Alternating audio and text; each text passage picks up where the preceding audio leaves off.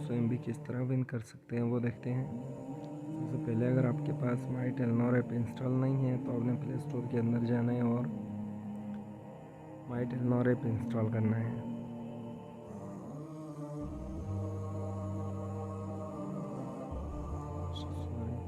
माई Telenor लिखिए।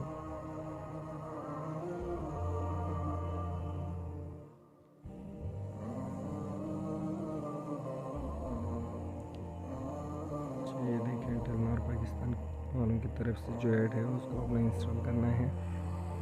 अब आप मेरे पास पहले से इंस्टॉल है, अगर आपके पास भी इंस्टॉल है तो जस्ट यहाँ से भी ओपन कर सकते हैं या बैक करके भी ऐप के अंदर जाके ओपन कर सकते हैं। अब यहाँ आने के बाद आपने सबसे पहला जो काम करना है फ्री MBs पर क्लिक करना है। यहाँ से 50 MB आप इस तरह विन कर सकते हैं। इसके अलावा जो हमारे पास टेस्ट योर स्किल्स है उस ऑप्शन पर क्लिक करें। ये देखें बारी बारी इन सवालों का जवाब गौर से देखते जाएं और यही जवाबात आपने भी देने हैं। इस तरह 150 MB यहाँ से मिल जाएगा।